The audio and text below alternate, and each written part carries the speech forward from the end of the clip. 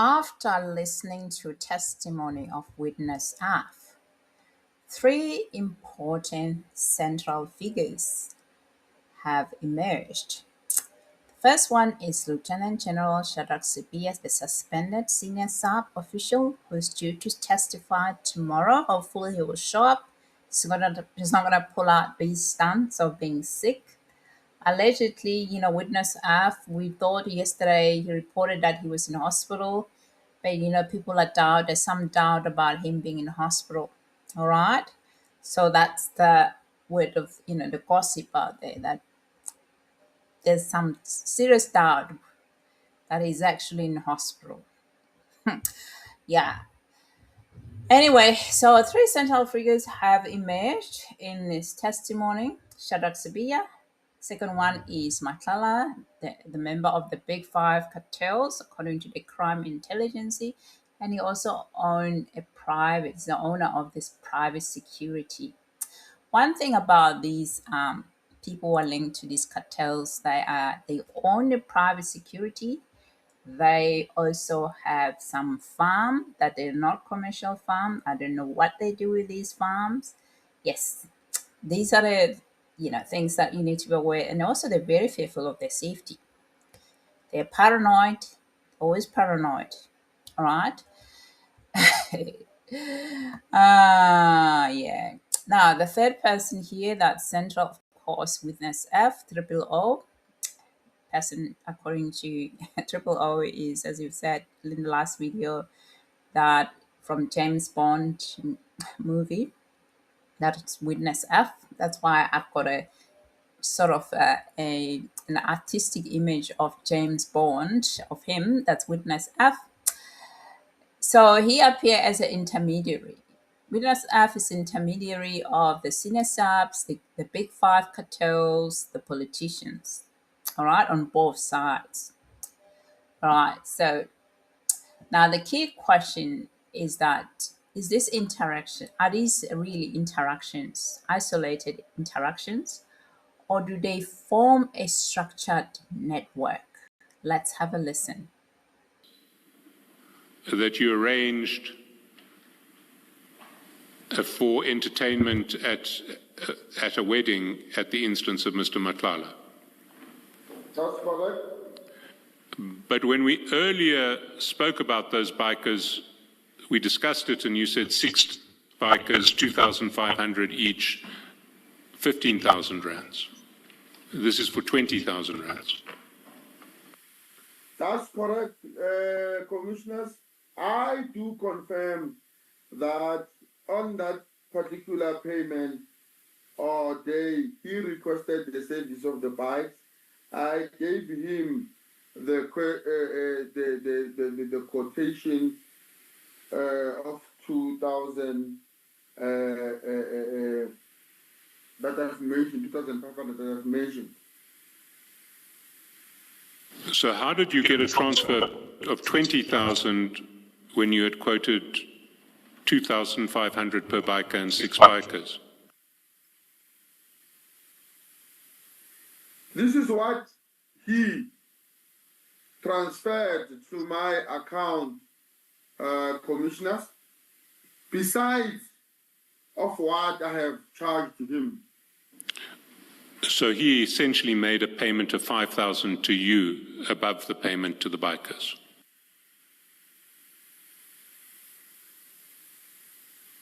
Is that correct? Can you repeat that, Commissioner? So I'm putting to you that aside from the payment for the bikers, he also made a payment of 5,000 rands to you. I deny that. Well, did you pay him back 5,000 rands? Did you call him up and say, well, you've overpaid me? It was only 6 bikers at 2,500 each. That's 15,000 rands, but 20,000 rands has been transferred. I owe you 5,000.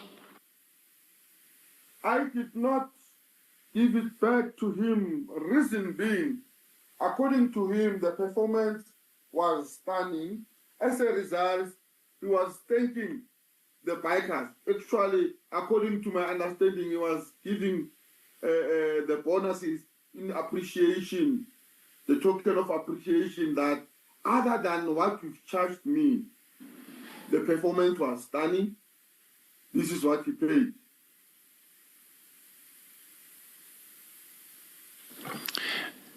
And so how did you distribute the 20,000 rands to the bikers?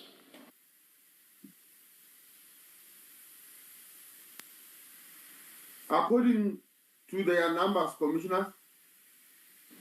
So everyone got 2,500, which would have left 5,000 rands. What happened to that 5,000 rands? I distributed each amongst the bikers who were there, Commissioners.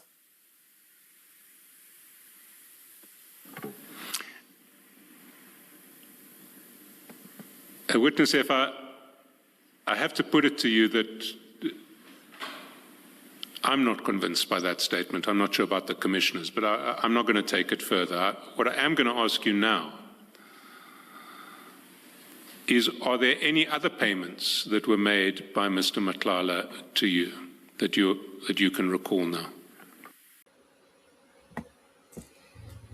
Now let's look at this financial flow. As I say, follow the money, follow the rands, all right? On the 27th of October 2023, Witness F sends a message to Vusimusi Cat Matlala, one of the Big Five cartel member who owns a security, VIP, Cat Security. And the message reads, quote, "For your convoy, then we add lights and sirens," unquote. 3 minutes later, he sends his bank account details to Vusimusi Cat Matlala. On that same day, 20,000 rand is transferred into his account. Months later, on the 23rd of May 2024, Witness F sends another message to Vusimusi Cat Matlala, this time thanking him. And he said, quote, "Thanks, my man," unquote. The same day, actually, I think it wasn't the same day, yes, the same day, a 5,000 rand was deposited from Cat VIP's Protection, which is this Matlala security company. Yes, it's called Cat VIP Protection. Now, the commission is concerned, which is my concern too, everybody else will be concerned, is the timing. Is this coincidence or is this compensation? Let's continue to listen.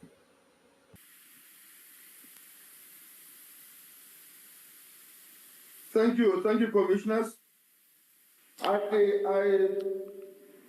I'm not sure, but according to me, for now, I can only remember this one. Because why I could remember, it was around 2023, 2022, where Mr. Sibiya was still alive, where I was communicating more with Mr. Matlala.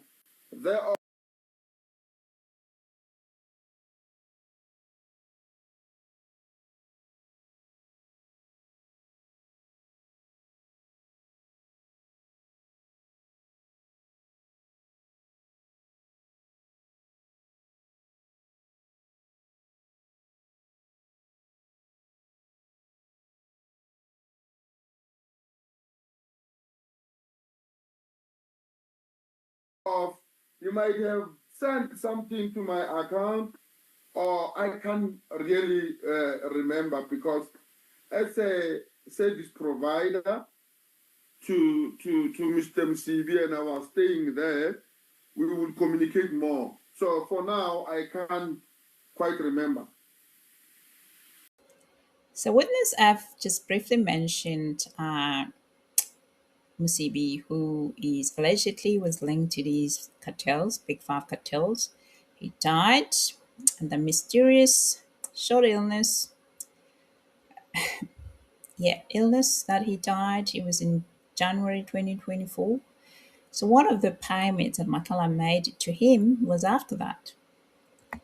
All right, so then let's look at the culpability. the message was not that he sent to Matlala was not about arranging a wedding. It referred to a convoy, specifically said convoy, and it mentioned adding lights and sirens. So the evidence leader and the commissioners, they asked him that, sirens are legally restricted to emergency and law enforcement vehicles. The motorbike pictured in the evidence carried no visible security branding. So, and also the private security not allowed to have sirens. It's just for law enforcement. So the risk question becomes, does private security or private funding combined with lights and sirens simulate the state authority? Were they trying to simulate the state authority with these lights and sirens? That's the question. We started, which was the convoy with lights and sirens on the 27th of October. Sorry, before you do that, Mr. Chairperson. Witness F, you may not remember the dates, how many times, but surely you would remember that Mr. Matlala has paid you more than once.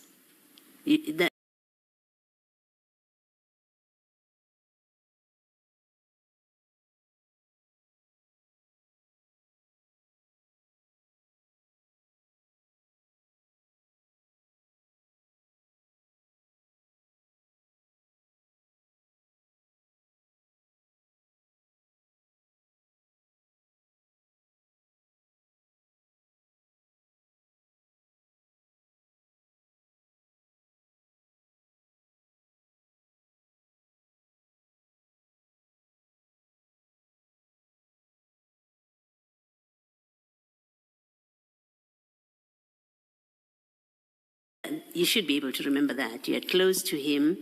You had these many dealings with him. You must be providing services to him, fixing his boats and doing all sorts of things. You must remember that you've received more than one payment from him.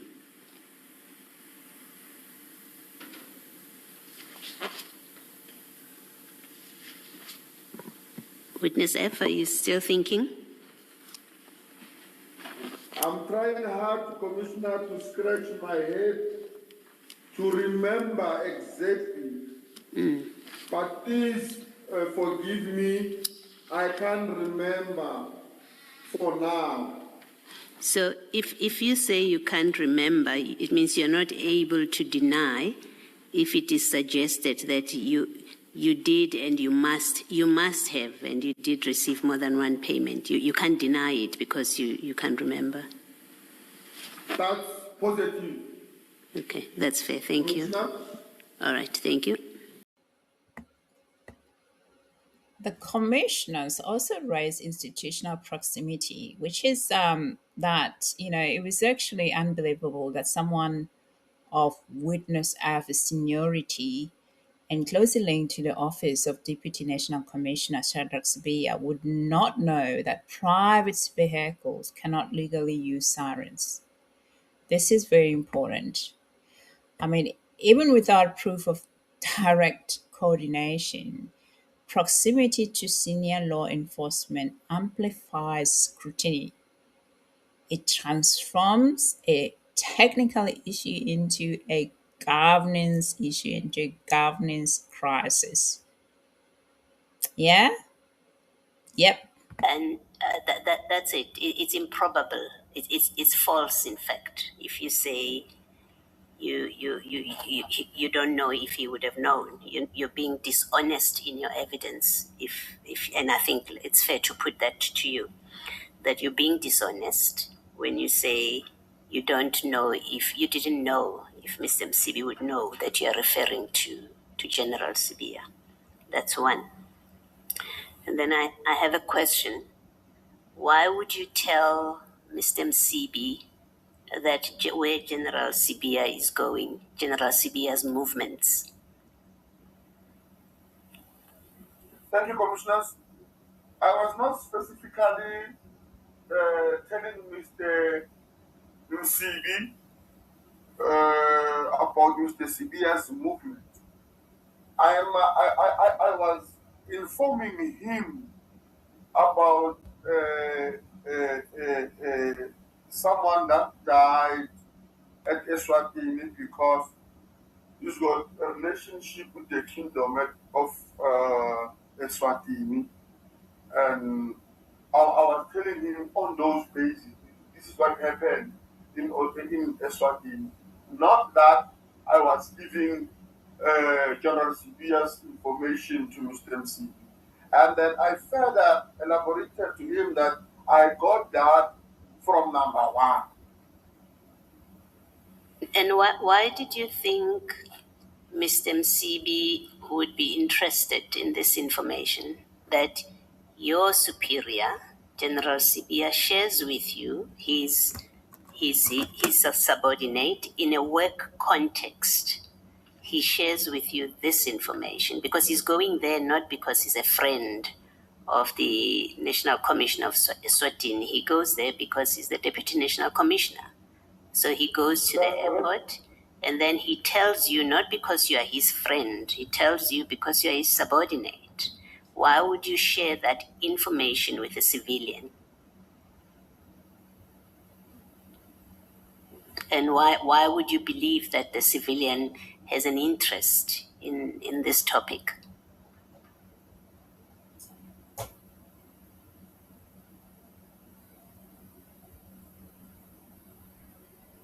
I think commissioners, knowing that Mr. Msibi is the person that frequents mostly in Eswatini, and he's got businesses at Eswatini, and he's got a relationship with the kingdom. I was just informing him.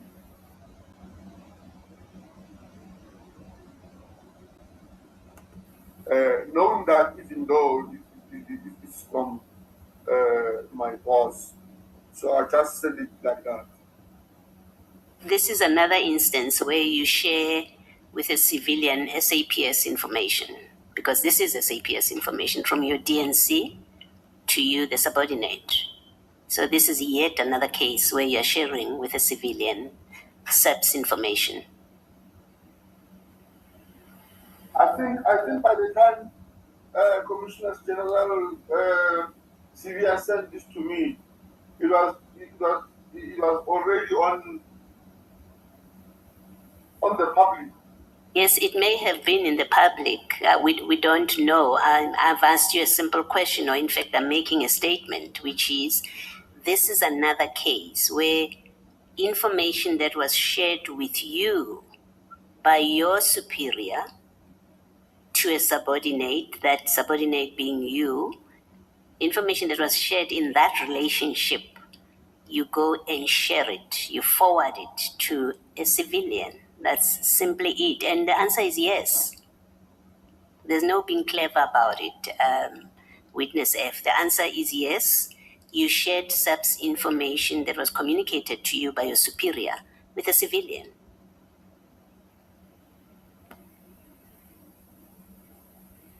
You may comment if you want to.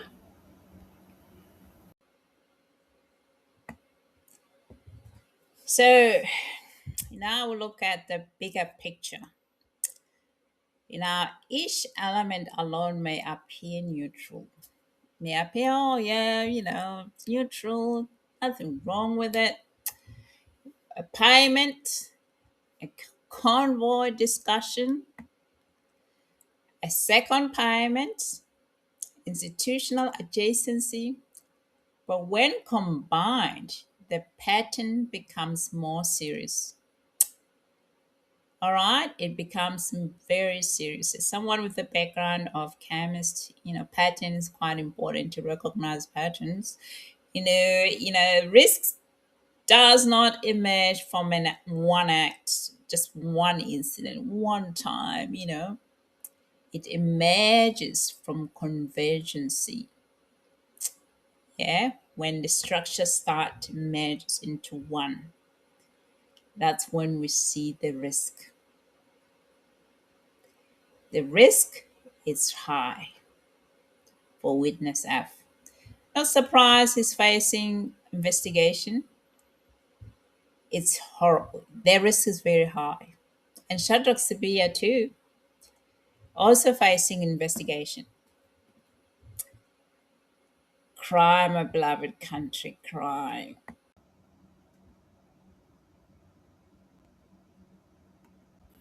And that's it. It's improbable. It's false, in fact. If you say you don't know if he would have known, you're being dishonest in your evidence. And I think it's fair to put that to you, that you're being dishonest when you say you don't know, if you didn't know if Mr. Msibi would know that you are referring to General Sibiya. That's one. And then I have a question. Why would you tell Mr. Msibi that where General Sibiya is going, General Sibiya's movements? Thank you, Commissioners. I was not specifically telling Mr.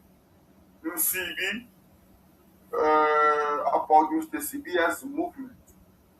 I was informing him about someone that died at Eswatini because he's got a relationship with the kingdom of Eswatini, and I was telling him on those bases, this is what happened in Eswatini. Not that I was giving General Sibiya's information to Mr. MC. And then I further elaborated to him that I got that from number one. And why did you think Mr. Msibi would be interested in this information that your superior, General Sibiya, shares with you, his subordinate, in a work context? He shares with you this information because he's going there not because he's a friend of the National Commission of Eswatini. He goes there because he's the Deputy National Commissioner. So he goes to the airport and then he tells you not because you are his friend, he tells you because you are his subordinate. Why would you share that information with a civilian? And why would you believe that the civilian has an interest in this topic?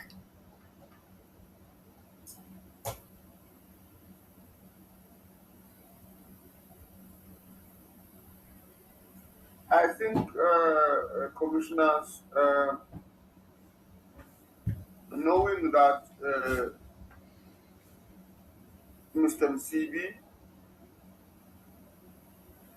is the person that frequents mostly in Eswatini, and he's got businesses at Eswatini, and he's got a relationship with the kingdom.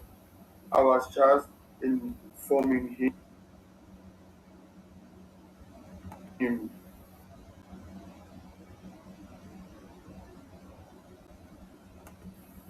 Knowing that even though it's from my boss, so I just said it like that. This is another instance where you share with a civilian SAPS information, because this is SAPS information from your DNC to you, the subordinate. So this is yet another case where you're sharing with a civilian SAPS information. I think by the time Commissioner General Sibiya sent this to me, it was already on the public. Yes, it may have been in the public. We don't know. I've asked you a simple question, or in fact, I'm making a statement, which is this is another case where information that was shared with you by your superior to a subordinate, that subordinate being you, information that was shared in that relationship, you go and share it, you forward it to a civilian. That's simply it. And the answer is yes. There's no being clever about it, Witness F. The answer is yes. You shared SAPS information that was communicated to you by your superior with a civilian.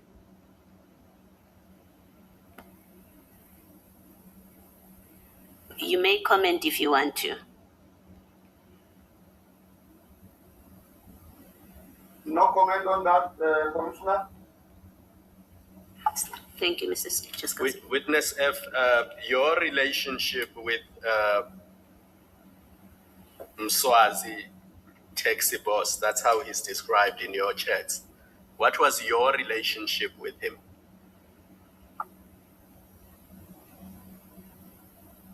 Thank you, Commissioner. I was raised by Mswazi when I was still in primary, up until I've matriculated. Staying with him, Commissioner, up until grade 11. That is my relationship. I was looking up to him as a father. He looked up to me as a son. That is basically our relationship. Just tell me, is this how you saved him on your phone, Mswazi taxi boss? Is that how you saved him on your phone? This is how he preferred to be called, big boss or taxi boss. This is how I saved him. Yeah, I just find it strange that somebody who basically brought you up and whom you respected so much, you wouldn't refer to him as Ubaba or something more respectful, but you would instead refer to him as a taxi boss. I just find that unusual. Do you want to comment or do you want to just leave it there? I want to comment on that. When I was addressing him, I was addressing him as Ubaba. Even on my phone, before I stored him as Ubaba, then he himself said, "No, I'm not your father. I'm your big boss." Then I've changed the way I said him there and there. Mswazi, taxi boss, I showed him to him. Then he laughed. That is how and when I left it like that. Was he your boss? No, he was my father, not my boss. You've just said now he said you must stop referring to him as father because he's your big boss. No. He said when we address him, even though it's our father, he's the big boss.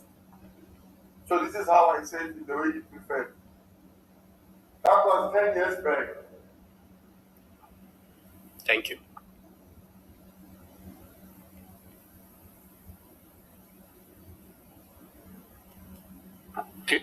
If we can go to a different meeting, it's a meeting that took place on the 14th of September 2024. And it starts at page 51 of the exhibit bundle. And there, on the morning of 14 September, you'll see that at 7:25 you receive a call from CAT Security. That's Mr. Matlala.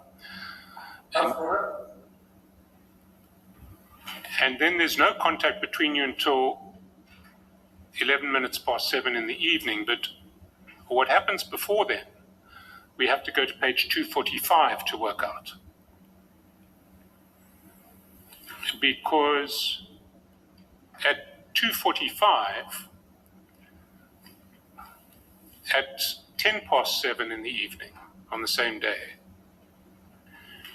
General Sibiya sends you a text, "Ask CAT to make a turn." And you respond at 11 minutes past 7 in the evening. I spoke to him earlier. He promised to come around 2000 hours. You recall those texts? Yes, I do, Commissioner. How frequent was it for Mr. Matlala and General Sibiya to meet?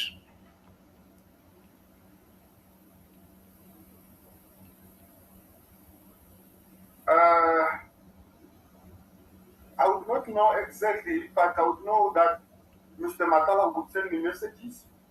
Vice versa, General Sibiya would send messages that tell Cat or Cat tell General Sibiya.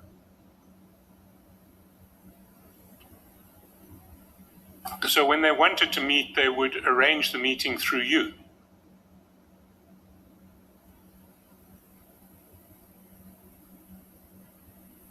That's a question. I can't say that. If they wanted to meet, they would meet through me. But you said earlier that sometimes you got messages from Mr. Matlala, sometimes you got messages from General Sibiya, and I presume that you were referring to arranging meetings between the two of them.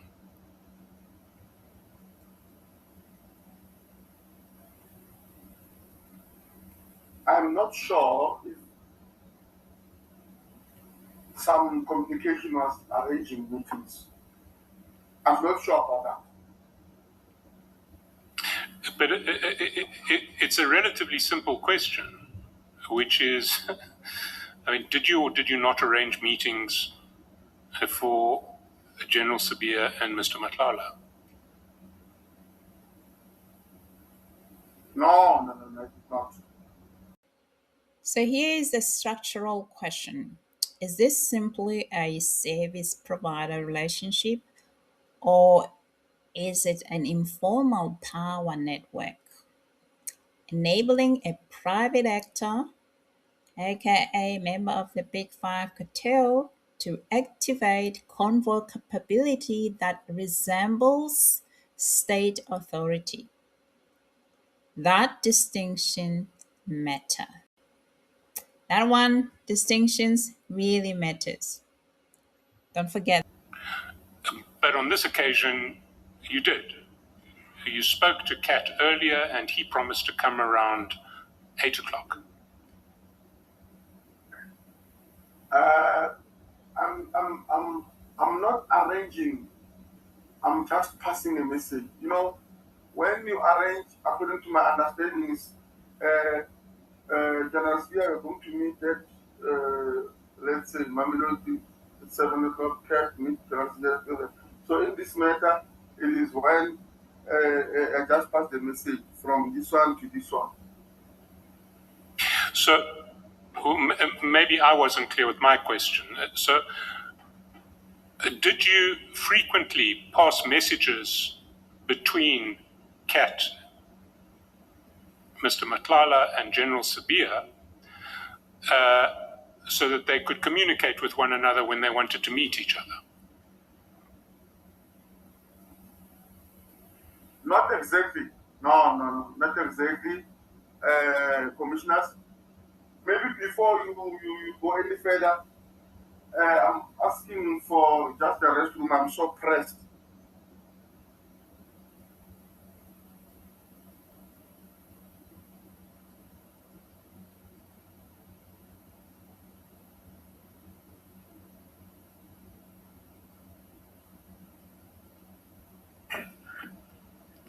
The witness is asking for a rest break. He's asking for a comfort break, as I understand. Yes. Let's adjourn and resume at 16:15. Let's adjourn. That was his last testimony, guys. With that specific question, the question was more about getting that pattern of the relationship between himself and the cartels and the deputy national commissioner, the suspended one, Shadrack Sibiya. Very clear now that he is an intermediary between the two of them, and that Matlala and Sibiya, they often meet, but that the intermediary is him, witness F. So Matlala doesn't send a message to Shadrack Sibiya. Matlala sends a message to witness F. Then witness F sends a message to Matlala. You know, Matlala was going to to see Shadrack Sibiya meeting somewhere at MCB, whatever place. I don't know, it was MCB. No, it wasn't MCB because it was 2024. But they were meeting in this location.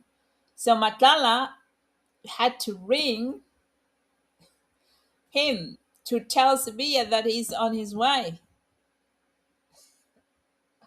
Then, when it was very clear that the question on what he needs to answer, how often Matlala and Sibiya meet, because the commission now has all the communication of him and Matlala. They've got all the information. They've dug up everything about him. The CR, head of CR, that's why they don't like him. Jimisani Kumala, congratulations. Good job. They've got everything. They know. They've got the data that, he's been arranging this meeting. One time with another meeting he arranged was that, what's his name? Deputy Shadrack Sibiya and Mutumi. Okay, that was another one that he arranged, and also Mabuza was there when he was still alive. One of the former deputy president, Ramaphosa's deputy president, Mutumi Shadrack Sibiya.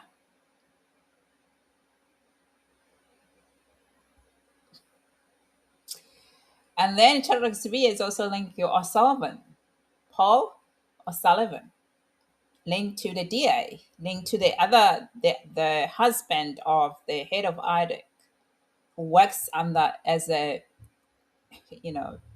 reporting to the head of CI.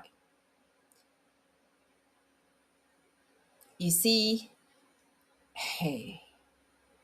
And then we have another best friend of the Andrea Johnson, who is now officially suspended, Kemi Bihari, who works with Ket Matala Ekuruleni. And then Matlala get arrested in Pretoria, the phone get confiscated, and Andrea Johnson demand to have the phone. The pattern is very clear that these people on the other side, they're working very hard to prevent us from knowing that they've been working on this operation with the big five cartels. They've been rubbing shoulders with the big five cartels, and each political party has a different motives why. There's a different motives. Okay, the DA has a different motives why they work with these cartels. The ANC has its own motives why they work with the cartels, but the picture is very clear. It's emerging. So in between Shadrack Sibiya, we got Paul O Sullivan. And so Paul O Sullivan linked them to the, what do you call this person? The DA, what's that? Got Dianne Kohler. Yes, the one who splashed all the classified information and the house that the CI had bought for witnesses. Yeah, that one. And then there is, it's so bad. This picture suggests the DA, that's why they've been so quiet. They've been so quiet. If you look at them in Parliament, see if the question they ask is so ridiculous question. I don't know why they're there. Because you could tell they're afraid that they'll be found out. And we will find out. We're definitely going to find out. We will know exactly what you all been doing with these people. We will uncover it. And it's all to Lieutenant General Madlanga Commission, Police Commissioner of KZN. All right, thank you guys. Tomorrow, Shadrack Sibiya. Shadrack Sibiya. Shadrack Sibiya is another he's like Brown McCoats, a Brown McCoats, another version of Brown McCoats. Shadrack Sibiya, Paul O Sullivan. Paul O Sullivan is like Brown McCoats' version of the Model C. The Model C version of Brown McCoats, that's Paul O Sullivan. Then we're going to have tomorrow, Shadrack Sibiya. Yeah, I don't know, because here it's Madlanga Commission. Here there's a lot of evidence. It's not the staff of other committee where it's like you're in a talk show.